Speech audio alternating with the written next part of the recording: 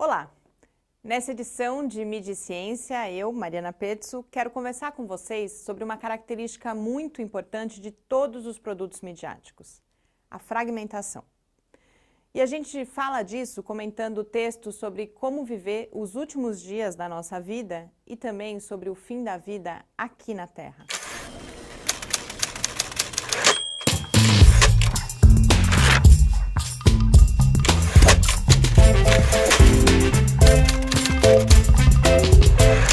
Eu começo essa edição do Mídia e Ciência fazendo uma pergunta para vocês. Alguém mais viu e sentiu um frio na barriga quando leu a seguinte manchete de O Globo? Vamos precisar deixar a Terra em 100 anos, diz Stephen Hawking.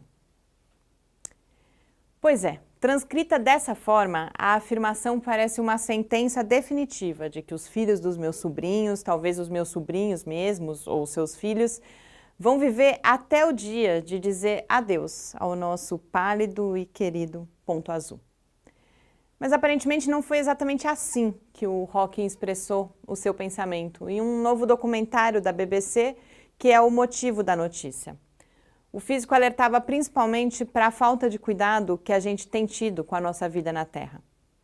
Ele falava também da situação preocupante de vivemos um momento histórico em que a gente tem a tecnologia capaz de destruir o nosso planeta, mas não temos aquela tecnologia que nos permitiria escapar dele.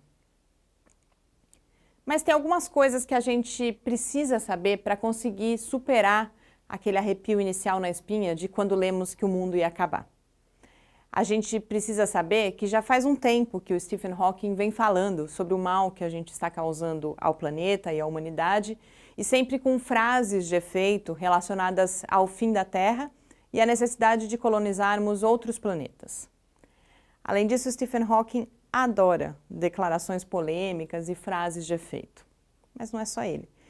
Os jornais também adoram declarações polêmicas e frases de efeito, e eles também adoram amplificar ainda mais o impacto dessas declarações, selecionando para as manchetes pequenos fragmentos daquilo que já é um recorte da realidade.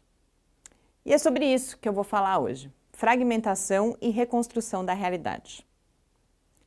Vejamos um outro exemplo. No dia 7 de maio, a Folha de São Paulo publicou uma matéria sobre cuidados paliativos.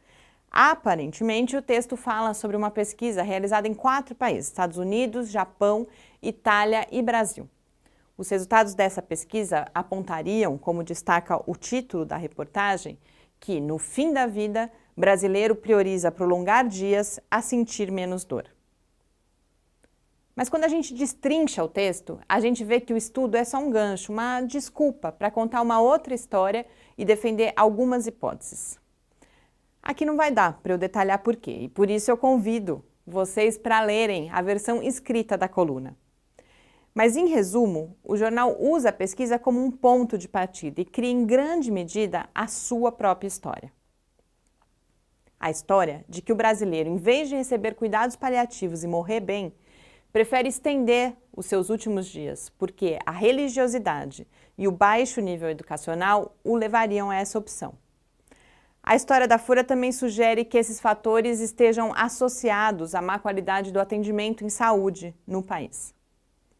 Na minha opinião, esse é um texto jornalístico mal executado, mas não é só nas reportagens mal resolvidas que a gente tem a fragmentação e a reconstrução da realidade. Elas são inerentes à prática jornalística, seja ela de boa ou de má qualidade. E por isso eu reitero que cabe a nós buscar outras fontes de informação, para a partir desse conjunto de fontes e da reflexão sobre elas, chegar às nossas próprias conclusões. Vejam as dicas dessas fontes lá na coluna. E tenham uma boa leitura e uma ótima semana.